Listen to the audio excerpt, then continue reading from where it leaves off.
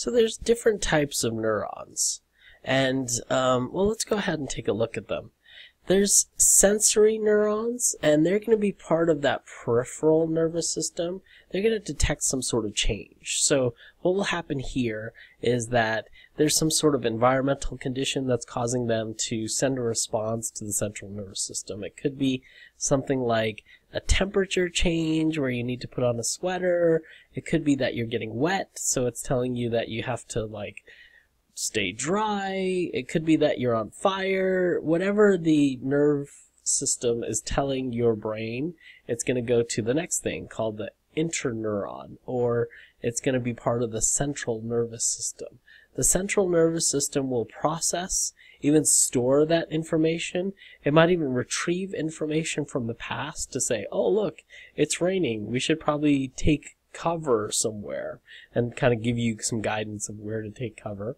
And how it's going to do that is to go to our last section, which is going to be part of our peripheral nervous system again, but this is going to be the efferent area, and this is going to be the thing that's going to do the action. So this is going to be the thing that's going to get you to cover so you're not going to get wet.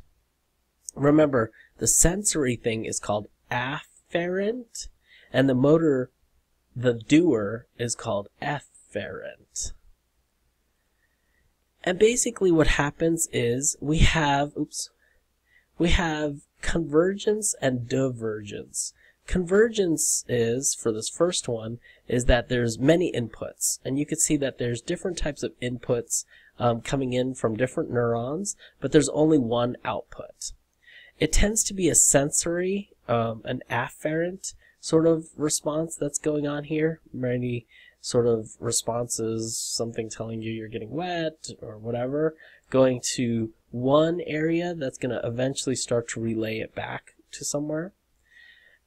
The other one is called divergence, and that means there's one output, there's multiple outputs, but it tends to be more motor afferent. So this is the information sensing, so this would be the afferent area sensing that there's something up.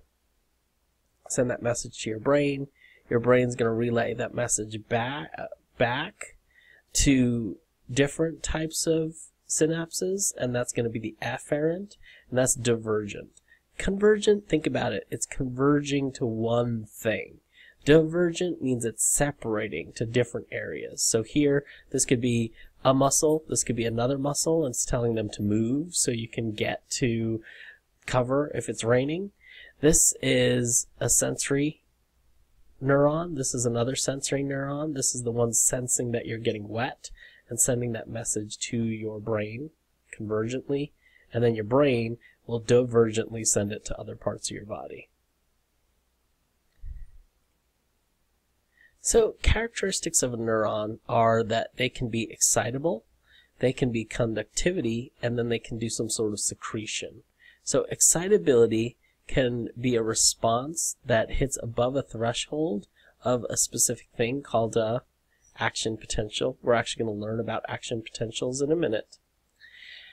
Conductivity is action potentials traveling along a cell. So there's going to be a signal, that's going to be the excitability. Conductivity is like conductiveness, it's going to move that signal from one area to another. And then finally, there's going to be secretion. It's going to be the action potential causing the release of those neurotransmitters, those acetylcholines, to go to a muscle or something to make it move. So we're going to have some excitable response, conductivity going down the axon, and finally secretion of these neurotransmitters to do something. So let's talk about the excitability and conductivity of a neuron. It's basically that the definition of a synapse is the area where the axon terminal of a neuron meets up with something else. It could be a dendrite, it could be a muscle fiber, it could be a gland. So it's that little space between where the axon and now the new item is going to be, the dendrite. Remember, the dendrites are the end of the axon, and the thing that's going to do some action, the gland, the muscle, maybe even a new neuron to pass that signal along. And there's going to be different areas, and let's look at some.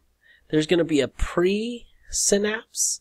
It's a structure that gives the stimuli, and then there's going to be a post-synapse, the structure that receives the stimuli. So it's going to get a stimuli. Let's say, it's again, you're getting wet.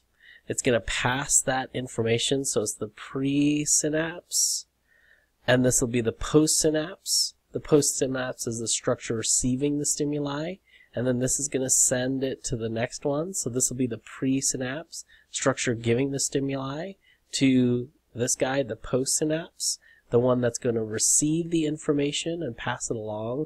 And we can keep going and going and going until we get to the brain to tell us what to do.